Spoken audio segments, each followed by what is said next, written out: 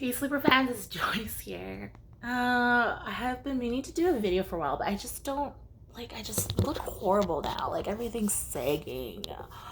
But just so you guys know, I'm doing this video for everyone's sake. So you just don't have to grit with it. I'm using this cute little snake plant.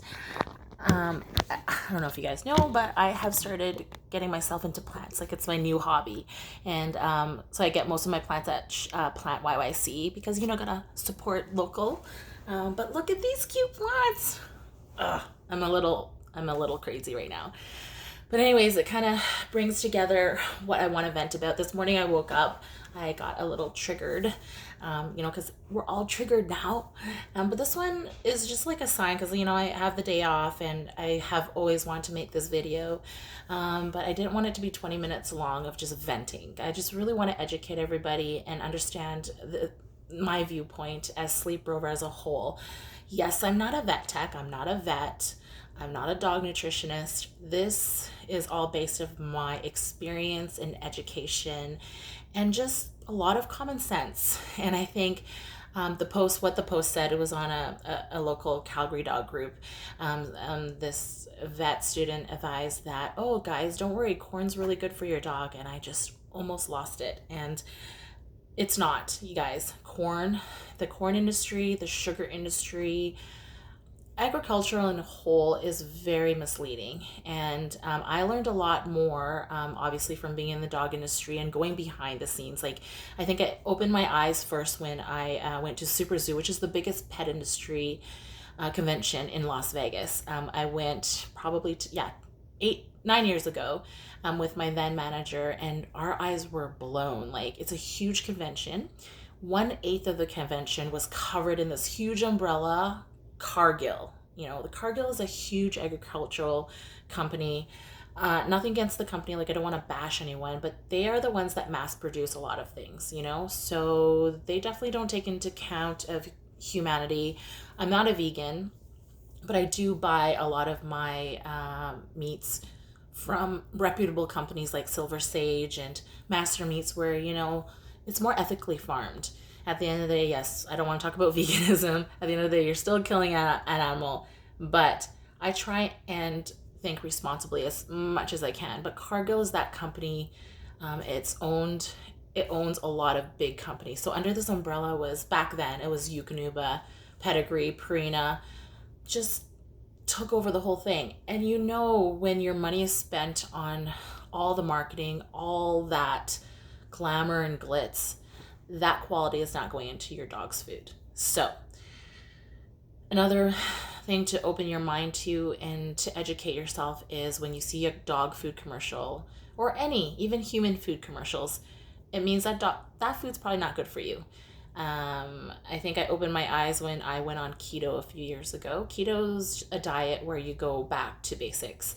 You eat meats, you eat good fats, you eat no sugar. Sugar is a huge killer. And I was brought up being raised that, oh, cereal's good for you. It's a great start to your breakfast. Yogurt will cure your gut. But every commercial product is owned by like Mars or Palmolive, and they just throw sugar in everything. Like everything has sugar. So kids are forced to drink sugared orange juice, eat sugared cereals, and that leads to a lot of health issues in children and into growing up. And not to divulge a lot of my personal story, but I think a lot of it has to do with my infertility as well too. Just all those things that you get misunderstood.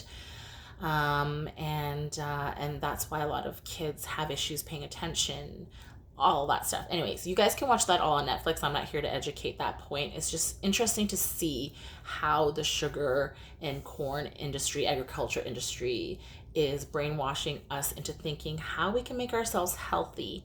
But in reality, going healthy is going back to basics. So that goes the same for dogs. If you can home cook your dog's meal, that's the best way. I feed my dogs raw. I believe in the raw, but I know a lot of people aren't comfortable with that. And then your third choice should definitely be kibble. But you have to make sure you choose the right kibble. The shorter the list, the better. And please don't be brainwashed into thinking corn is a good filler and healthy for you. It is the cheapest way that a company can do to fill. It's a filler. Fill your dog food, turn it yellow and gucky, and dogs are like, ew. Like last week, a client changed their dog food. I won't name the brand, but it was recommended by their vet. And their dog stopped eating, and they were asking me why. Like, I swapped from a canna because a canna apparently causes my dog's heart failure. I'm like, no, that's not the case. People, like, educate yourself. Just so you guys know the process of Kibble. There's so much, like, I know we have to feed Kibble sometimes because we can't afford to, firstly. Second of all, it's convenient. Or third, we're told to. Kibble has to go through many, many stages. The harvesting stage, getting into the facility stage. There they sit for a while, so they have to be preserved. Chemicals have to be put in to preserve it so they don't get spoiled. Then they get cooked, or however they cook them, heating, overheating, whatever process they go through. That itself takes like a good few weeks, if not a few months. After that, they have to sit in their facility. So you have to think about how much preservatives and chemicals are put in there to preserve that. After they've gone to their cooking facility or their kitchen, it then goes to a distributor. At the distributor, it'll probably sit for, once they put everything in and sits there, another few weeks. And after that, then the distributor, then it goes to your dog store. And then it has to sit there for at least a year, or it's not profitable for anybody, right? So think about that as, oh, kibbles, that's what all the preservatives. And don't let people tell you, whether it's your vet or what, say that, oh, our food is good because it's pumped, it's balanced nutrition. No, nothing processed is balanced. Just like that yogurt from Yoplait is not. Is Yoplait even a brand anymore? Like, I haven't ate yogurt forever. That is not nutritional for you. It's pumped with sugar or preservatives to keep it sustainable in your fridge. The most sustainable thing for you is getting the probiotic itself, getting supplements by itself, but not in a combined thing, like a bar or a packet or a drink. It's pumped with sugar and preservatives, not good for you. Same thing goes with dogs. If you can keep it to the basics, like at Sleep Rover, we research every year on what's good. We see the behind the scenes, and I think you need to focus on companies like that. Like, at the end of the day, yeah, we all make money. We're in business to make money. But I would rather have nothing in my store if I know it's bad for your dog or my dog. They're my children. I don't have human children. And I would do the same for, like, my nephews. When they come over, I don't give them processed stuff. I, give them stuff. Like, I'm here to talk. Like, I gained 40 pounds because I love carbs so much. But that's a choice I make. And that's a choice you can make for your dogs, but know the difference between healthy and non-healthy. Going back to basics is the healthiest for you and your dog. Me eating carbs again and sugars is a choice I made because I'm weak in that moment. But for our dogs, we can make that choice. That's why my dogs are healthy. And I think it's awesome because the vets I go to, they know they always compliment how healthy my dogs are. And it's because they eat healthy foods.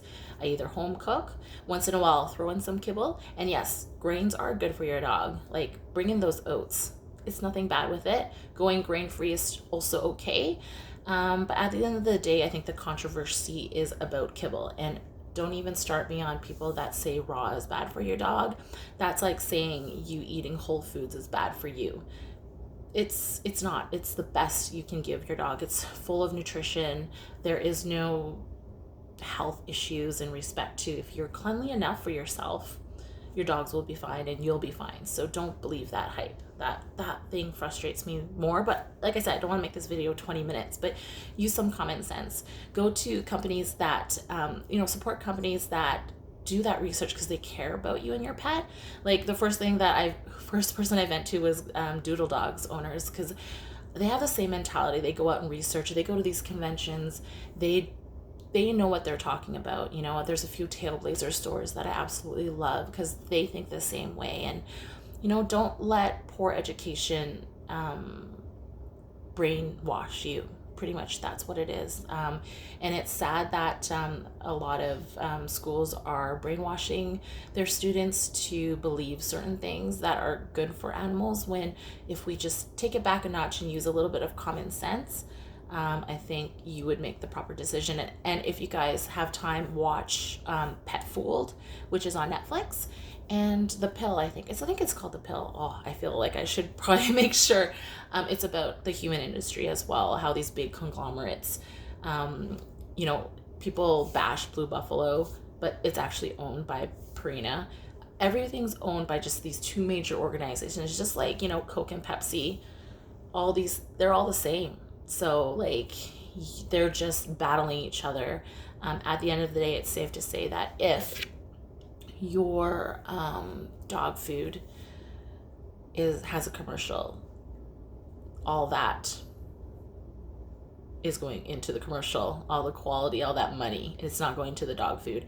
And just so you guys know too, all these companies make dog food because a lot of stuff is not consumable to humans, so they put it into the pet industry. So dog food is their way of maximizing that last few dollars. And, you know, it's not a bad thing sometimes. Like, I still eat potato chips, you know, whatever. I know it's going to my body, but know that that's the leftovers going into those commercialized dog foods. And also, sadly, if you ever know where sick animals go, some I won't say vet, some clinics will even use deceased animals in the dog food. Like, it just gets, you know, certain companies do that. So be careful who you're buying your dog food from. It's not all vets, it's not all dog foods, but know that there's certain companies that really thrive on making sure that your dog gets human grade food. So I think that's the gist of everything. I just want you guys to know there's certain companies like myself that thrive on education and having items that are the best for your dog, because we want to see your dogs live forever. We want your dogs to be healthy, and therefore that's why we promote what we promote. And yeah, so if you ever have any questions, like, fire them at me. And yeah, so anyways, hopefully this didn't bore everyone, and have a great and healthy June.